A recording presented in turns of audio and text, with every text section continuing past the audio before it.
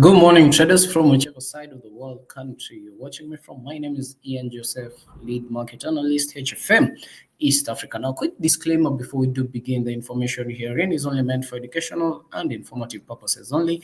None of it shall be construed as investment advice, but don't worry, I'm here to take you through the market the right way. Now, did you hear about the Shield 500 accounts that HFM are currently offering?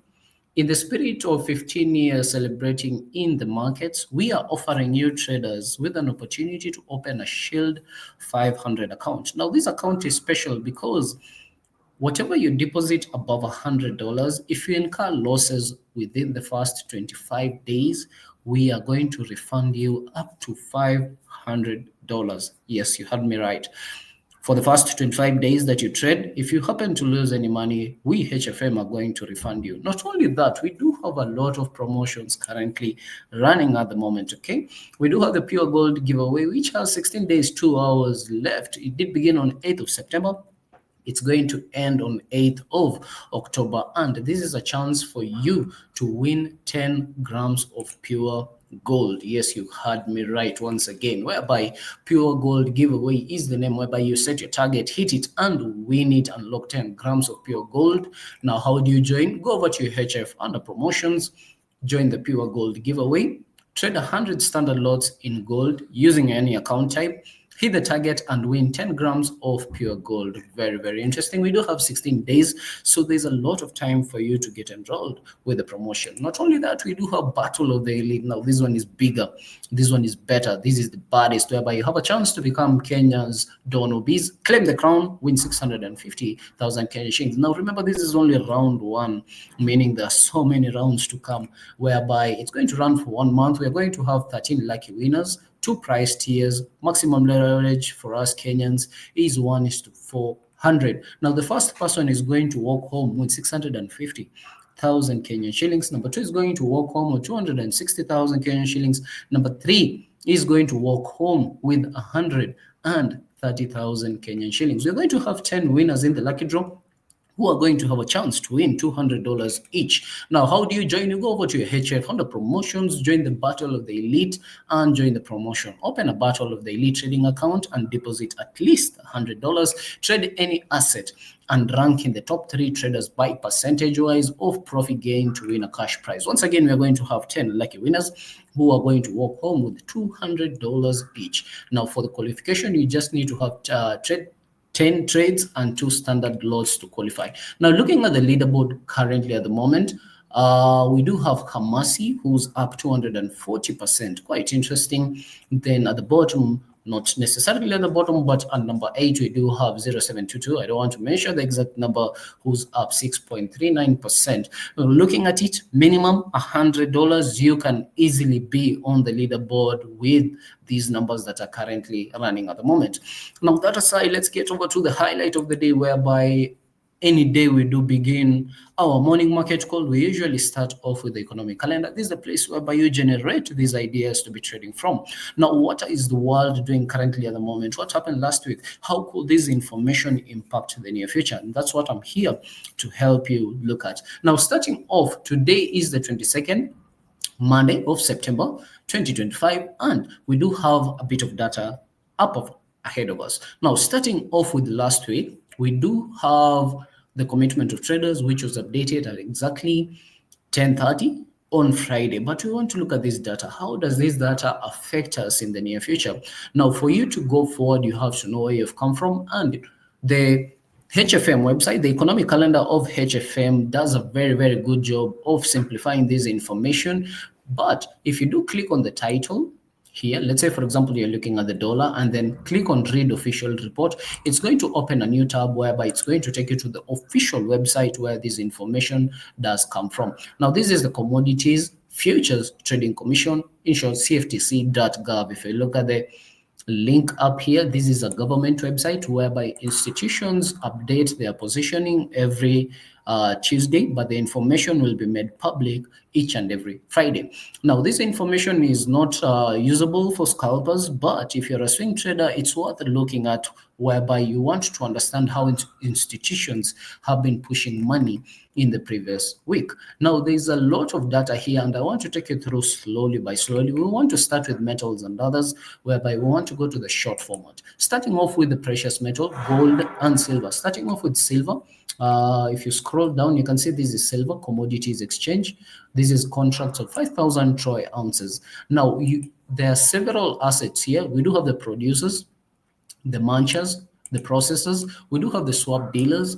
We do have the managed money, and then we do have the other reportables. For us traders, we want to focus on the managed money. And how do you interpret this data? Looking at it, you want to look at changes, okay? So from September 9th till September 16th, you want to look at how institutions changed their positions. Now, we do have the net positions.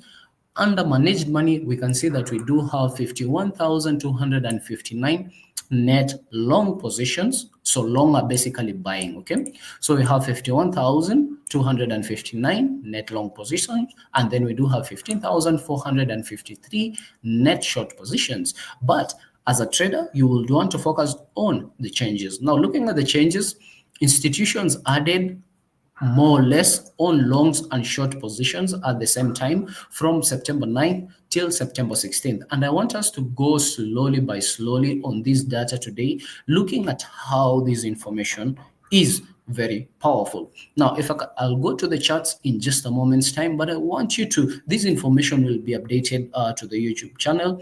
If you feel like you want to go over it once more, it shall be updated within the course of the day. But looking at institutions, they did add more or less similar positions on long and short positions. Hello, Victoria. Now, looking at gold, whereby, once again, looking at managed money, we do have the long and short positions, whereby under net long positions, we have 195,347 net long positions, and then 36,376 net short positions. But looking at the changes, institutions offloaded more long positions, meaning they were buying and then they have to cover this position. So when you see a negative, it shows you that institutions removed some of the net long positions on gold, while at the same time they added more short opportunities on the precious metal. Now, once again, this is from September 9th till September 16th of 2025. Now, hold your horses. We are going to look at the charts, how this information is going to reflect in just a moment's time. Now, going back, I want us to look at financials, whereby we want to look at how the US dollar, the Canadian dollar, what are some of the assets? How did institutions push money in some of these currencies? Now, if you go once again to the financials, under Canadian dollar, so this is the Chicago Mercantile Exchange. Why do we focus on the Chicago Mercantile Exchange? Because this is the biggest market in terms of derivatives, basically the biggest exchange in terms of derivatives in the United States of America.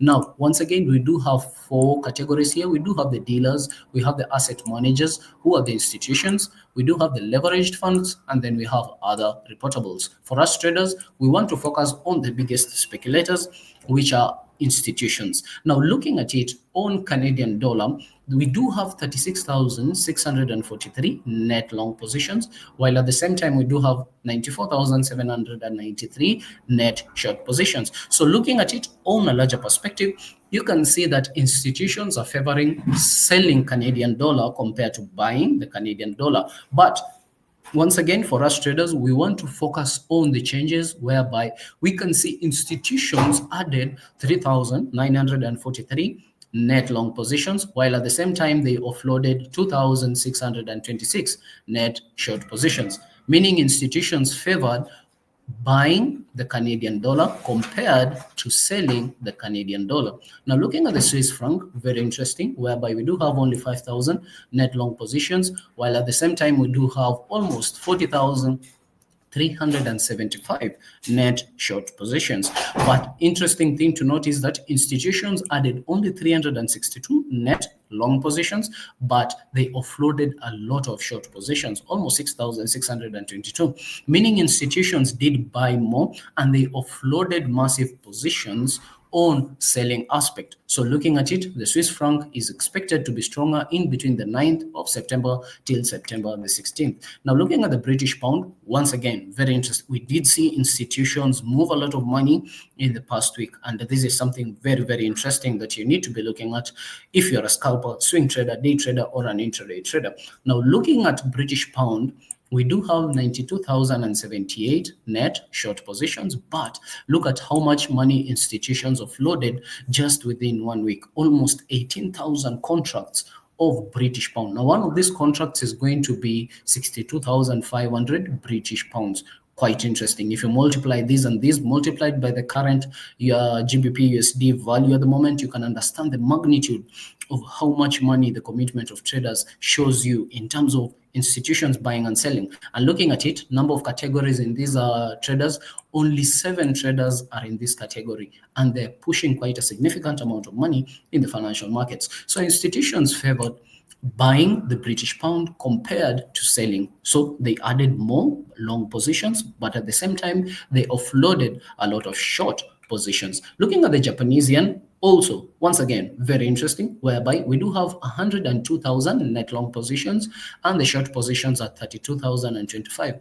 But looking at the changes, look at this. Institutions offloaded a lot of long positions compared to the short positions. So if you look at this data, how does this affect to the charts? You anticipate the Japanese yen to be weaker. Why? Because institutions are covering their net long positions. Now, if 16,090 contracts of the Japanese yen are offloaded, it means they need to look for an equivalent amount of buyers for them to buy their covering positions. So how is this affect? Once again, we are going to look at the charts in just a moment's time, whereby, once again, 34 traders only in the net long positions and only 17 traders in the net short positions. Now, looking at the euro, very interesting. Euro is the most traded asset in the world, whereby we do have almost 511,998 net long positions.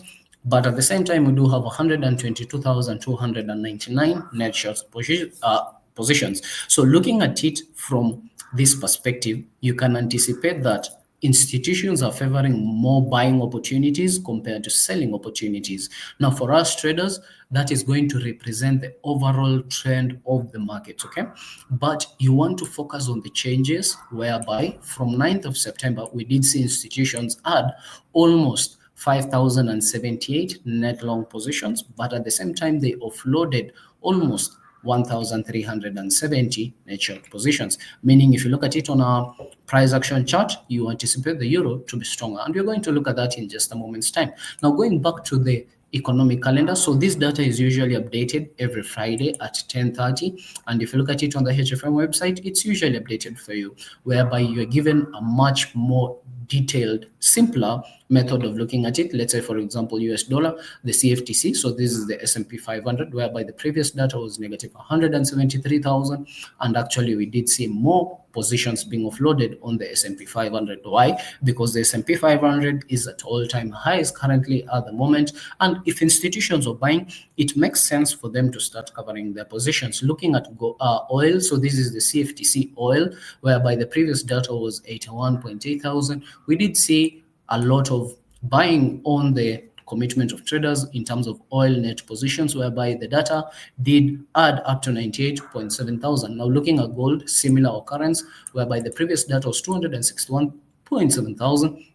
The data actually currently at the moment is at 266,000 at the moment, and we want to look at how institutions are going to position themselves as time moves on. Now, moving over to today, whereby at exactly 4 a.m. we had the Reserve Bank of Australia, Governor Bullock, who did release a speech.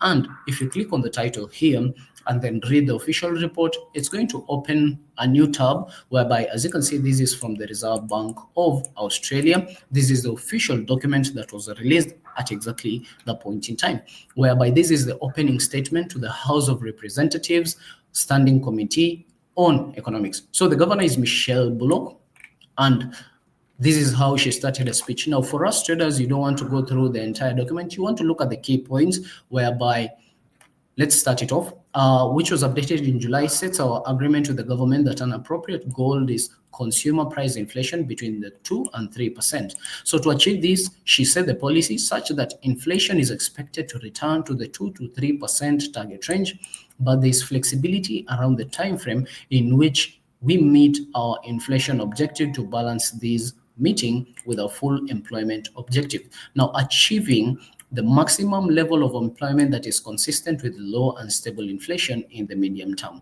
Now, on the first part of our mandate, very interesting, inflation has fallen substantially since the peak of 7.8% in 2022 and now is within the 2 to 3% target range. The higher interest rates over that period helped to put downward pressure on inflation and to keep inflation expectations being anchored. Now, underlying trimmed mean inflation, which removes the more volatile components of the index, which include food and energy, fell to 2.7% over the year to June 2025, and headline inflation, which has been affected by temporary cost of living relief measures, was 2.1% over the year.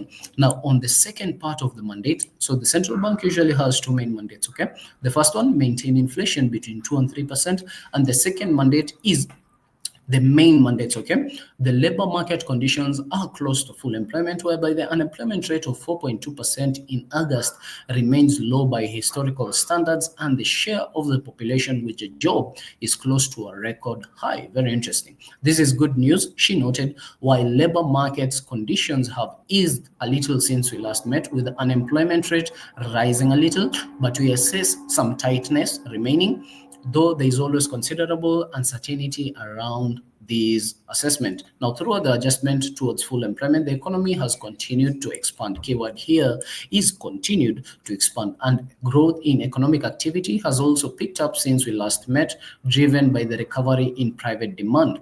Now, this is where things get very interesting, where you look at the recent monetary policy decisions and the economic outlook. Now, this is one of the main mandates of a central bank, and this is why we would want to pay attention to the data that these people release, the economic outlook. How do they anticipate? Where do they anticipate the economy to head to in the near future? And this is going to affect how investors buy and sell the Australian dollar. Now, over the period since we last met the committee, the board judged that it was appropriate to ease monetary policy to keep inflation close to target and labor market at full employment.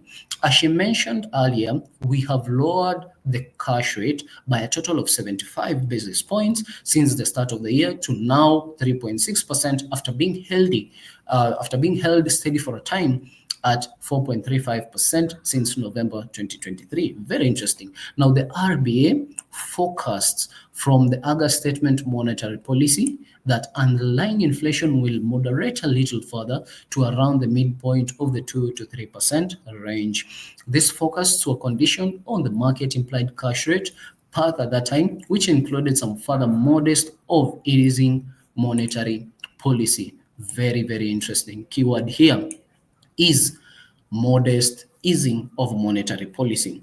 The recent interest rate cuts are expected to support spending by households and businesses. Now, if you look at this data, the economic outlook that the Reserve Bank of Australia are telling us is that, yes, we are seeing the economy headed to where we want to. How?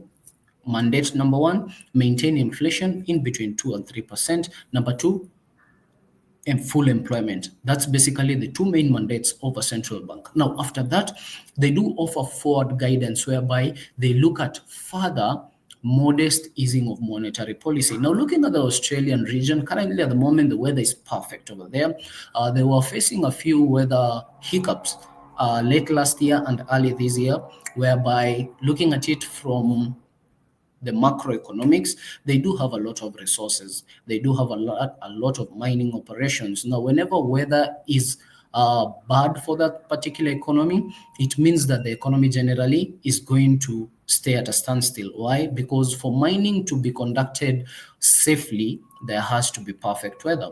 Now, we have seen the economy peak to the upper side. Weather has been doing good. Tourists are flocking the country. We have been seeing inflation head down to where they want. We have been seeing employment actually coming out better than anticipated, whereby they are looking at record numbers currently at the moment, and the central bank is talking of lowering rates even further.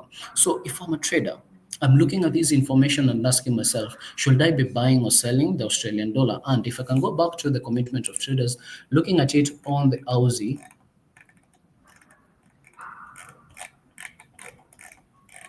so if you just, okay, here it is, but if you want to find it, you hit Control F, okay? Look at this.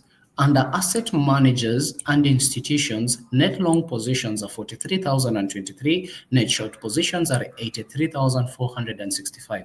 But look at how much positions are currently being offloaded, almost 26,576, and they're adding to net long positions currently at the moment. Institutions are favoring selling the Australian dollar at the moment. Why? Because in the near future, they do anticipate the Reserve Bank of Australia to continue lowering their interest rates, which means that we are anticipating a weaker economy in the long run. Why? Because low interest rates usually mean that a weaker currency. Why do they do this? They tend to encourage borrowing as a result.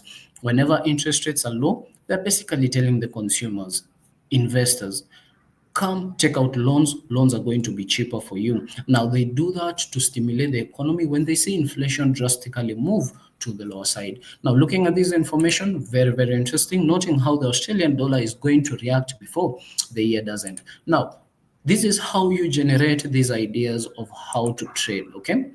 When you look at the economic calendar, basically it's telling you, should I be looking at buying opportunities or should I be looking at selling opportunities in the long run? It's not going to tell you how to buy or how to sell, but it's going to show you in the near future, what do you anticipate for that currency? Now, looking at People's Bank of China at exactly 4:15 a.m. today, they did hold their interest rates in the 3% region. Okay, very interesting. Now, whenever a central bank holds rates, it means that you're anticipating a stronger economy, and we'll look at the Chinese yuan in just a moment's time. Look at how institutions have been playing around the Chinese yuan, how the charts have been moving around in the near future. Now, today we do have a lot of Fed speeches currently, whereby we do have Bank of England, Peel, we do have Fed Williams speech, ECB's Lane speech, Fed Musalem speech, and a lot of speeches. The highlight of the day is going to be Bank of England, Governor Bailey's speech, whereby we will want to look at also the economic outlook. Whenever you're looking at this information, ask yourself, what are these people saying? When you're looking at the central bank, basically this is the top forex participants in the markets. At the top of trading is the central bank. If central banks are going to come down to speak, you will want to listen to them while they provide forward guidance. In the next 2 months, 3 months, 6 months, we anticipate the economy to head in this direction.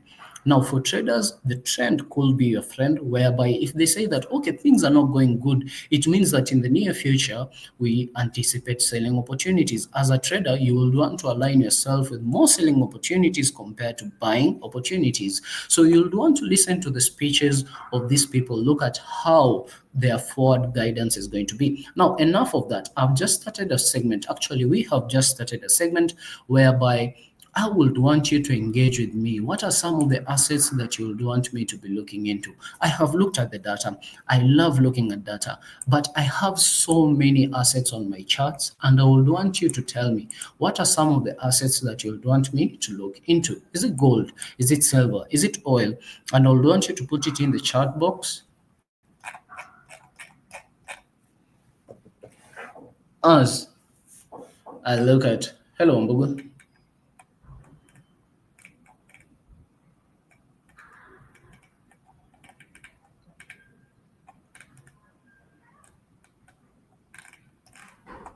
GJ and UJ. Okay, let's start with the GBP JPY.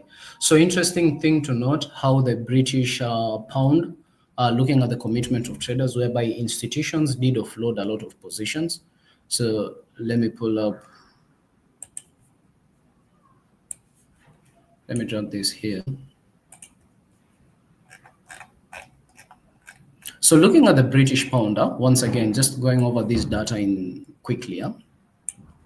using the commitment of traders and then looking at the charts, whereby we have seen institutions add 9,300 positions, while at the same time they offloaded 18,000 positions. Now, this was from 9th of September till 16th of September. Now, look at this very interesting thing to note. This is XAUSD. We want GBP JPY.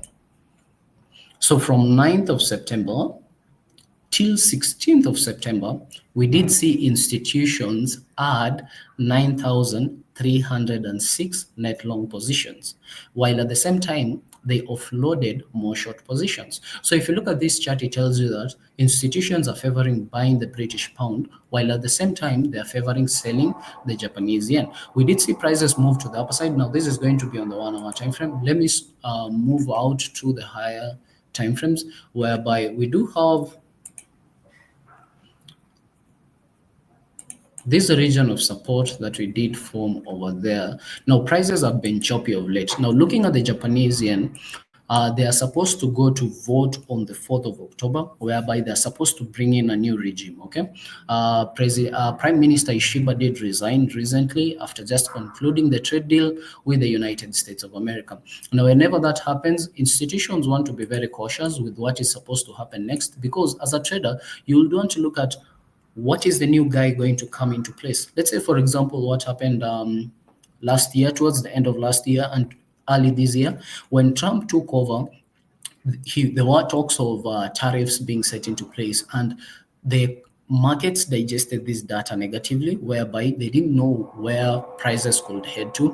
And as a result, we did see massive offloading in positions in the S&P 500, the NASDAQ, and so many assets. So looking at GJ, very interesting thing to note. Yes, we are moving to the upper side, but in a higher time frame, we are kind of consolidating. Now, the markets did open today. Now, looking at it on the 1 hour time frame, whereby we did open during Asian session, move to the upper side. Currently, at the moment, we are correcting this move to the downside. But there are talks of the Japanese economy, Bank of Japan to be specific, whereby they are going to increase interest rates in the near future. Now, if they are going to increase interest rates in the near future, you do anticipate a stronger Japanese yen. Now, looking at this chart, we did form a high. If I can switch to the 4 hour time frame, we did form a high around 201.257, but currently at the moment we do have a choke forming, whereby this candlestick broke the most recent low that was formed on Friday and closed well below it. So this was the opening price, this was the closing price. If today's price closes below the opening price of Asian session, there's a high likelihood prices will start continuing moving further to the downside, whereby there's a high possibility prices will come check out this region of support. Now, whenever support is broken, it will become resistance for a further continuation, possibly down to 195.026. Now, you have to be very careful. Why? Because today is a Monday, and you will want to be very, very careful, because Monday will either form the high or the low of the weekly candlestick. So you'll want to look at how these institutions, how the markets are going to react to Monday's prices. Now, looking at it from the 4 hour time frame, from one line to the next line is going to represent 1 week. We did see last week opening here and closing well below. If we start trading below to Monday's opening price, there's a high possibility prices will continue moving further to the downside. So that's going to be GBP JPY. Let's look at USD JPY. Now, very, very interesting asset that we have been seeing on USD JPY. Now, looking at it on a higher time frame, this is the 4 hour time frame, whereby we have been seeing USD JPY consolidate for quite some time, ever since for almost 334 bars. That's on the H4 time frame. Let's scroll out to the 1 hour time frame, whereby let's pick my trusted measuring tool. For the past 1,188 trading hours, quite significant, whereby we have been seeing prices of USD JPY consolidate around that region. Now, we have been seeing a lot of data coming into place. We do anticipate Bank of Japan once again to increase interest rates in the near future. Now, looking at this most recent region, whereby we did have support forming around 146.196, then sharp candlestick to the downside was when we did have the interest rates and the Fed speech last week, whereby prices broke to the downside immediately closed above, and then the markets rallied to the upper side aggressively as a result of the Fed speech, whereby he was like, okay, this is just risk management. We don't anticipate aggressive interest rate cuts as the markets would have wanted. Now, the markets moved to highs that was formed just recently, whereby we had this candlestick break above this high, close well below. We had signs of sellers coming into the markets. Buyers drove the prices once again to the upper side. We did have a doji candlestick form on Friday, once again very interesting, whereby then again we saw sellers driving the markets down, and the closing price of Friday was very interesting, whereby it was almost the same price whereby the markets did open. Now looking at it today, whereby once again the markets opened, rally to the upper side, took out the resistance level at around 148.179, but aggressively moved below. If we do close below the opening price of the day, there's a high possibility prices will continue moving further to the downside. Why? Because we do anticipate Bank of Japan to increase rates in the near future, while the dollar is anticipated to at least have an interest rate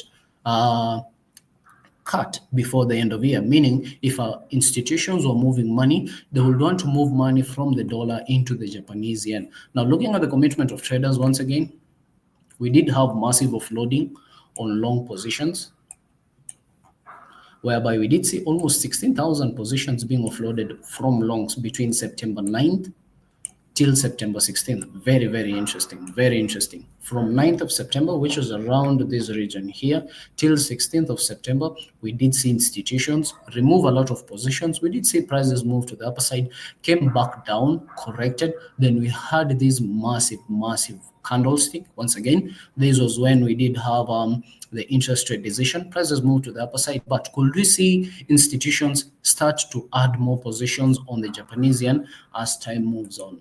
So looking at it currently at the moment, I would want to anticipate more selling opportunities. Okay. Yegon Rono wants us to look at NASDAQ. So that is US 100. Now, the NASDAQ is very interesting, whereby let's just go over to the daily perspective to get a perspective of where we have come from. Now, when Trump took power, that was early January, towards February, he did mention about tariffs. Now, when you look at the NASDAQ, these are tech-heavy companies. Let's look at NVIDIA, for example. NVIDIA do source their chips and a lot of R&D. It's made in the United States. But they also depend on China, whereby they have to sell these products to China. And when the tariffs were enacted, the NASDAQ took this information negatively, whereby overnight, prices of goods and services, especially the tech industry, would have skyrocketed. Now, institutions took this information negatively, and prices of the NASDAQ moved aggressively to the downside, whereby it lost almost 30%, and we consider this a market crash. But afterwards, companies, and not only companies, we did see Trump did put a waiver on NVIDIA chips coming from China. We did see people coming to the table, especially China, whereby they wanted to talk of, okay, how can we find a perfect balance in what is happening currently at the moment? After that, we saw the biggest gain NASDAQ did make, over 50%. Wow. Over 50% in less than 118 trading days, whereby NASDAQ moved to the upper side, formed all-time highs currently at the moment. Now, looking at it on the daily perspective, the monthly candlestick is very, very bullish. We are currently on this daily candlestick here at the moment, whereby it is bearish. Let's zoom out.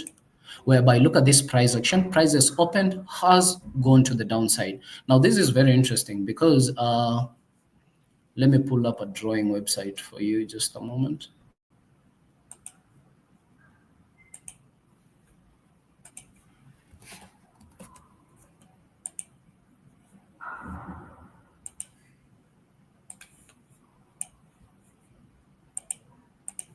If I'm anticipating a bullish candlestick to form, so this is how a bullish candlestick will look like. Let me fill this in as green. Okay. So I'm anticipating a candlestick of this nature on the weekly perspective, okay? So if I would pull this chart on a price against chart time frame. I open this candlestick whereby this will be Monday, this will be Friday. I'm anticipating Monday first to open around this region, go down to form a low, this low of this candlestick. If I start seeing a rejection of this low, I'm asking myself, what are the chances before the week does end that this candlestick will move to the upper side to form a body that currently has not yet been formed? Okay, so this is what we are looking at the charts currently at the moment, whereby prices are very, very bullish.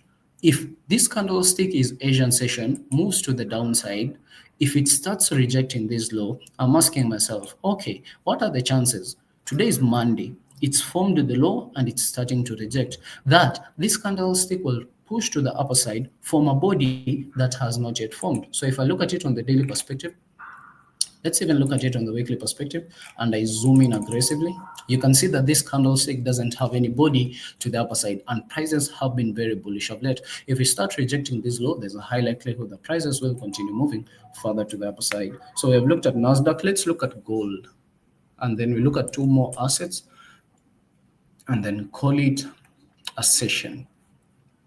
Gold, once again, ever since the year did begin, when Trump did enact the tariffs, gold digested this data really nicely, whereby gold is seen as a safe haven. Whenever there's uncertainty in the markets, usually gold moves to the upper side. Now, looking at equities, we have just looked at Nasdaq. At that point, from January till somewhere around April, May, we did see equities lose quite significant, but gold was a safe haven. The markets digested this data very positively, and then we entered into a very interesting period whereby for almost 100 and something days, gold consolidated. After forming these highs, immediately after forming these highs, prices started consolidating. For around 86 days, prices consolidated. Then on the 22nd of August, I don't believe it. Yeah, this specific candlestick here, we had Fed Chair Jerome Powell releasing his speech, and he mentioned that we might see interest rate cuts. And that information alone drove prices of gold almost 11% to the upper side in less than 20 trading days.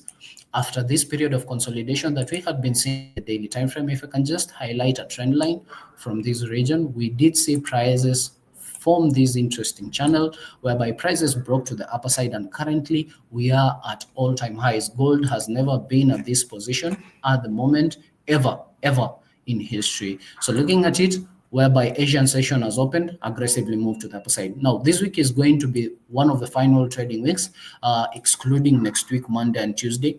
If you look at the calendar, so this is the final trading week of the monthly candlestick, and you'll want to look at how it's going to close. There's a high likelihood institutions will want to drive more money, and there's also that possibility that institutions would want to offload their positions. So if I'm looking at it on monthly time frame, the final week will either form the retracement of the monthly candlestick, and I'll want to be very careful as time goes on. Okay. I think we have talked about USD JPY. Okay, that's going to be it for me. Stay safe, take care of yourselves. I shall see you in the next segment. Do you have any questions? Okay, just a moment.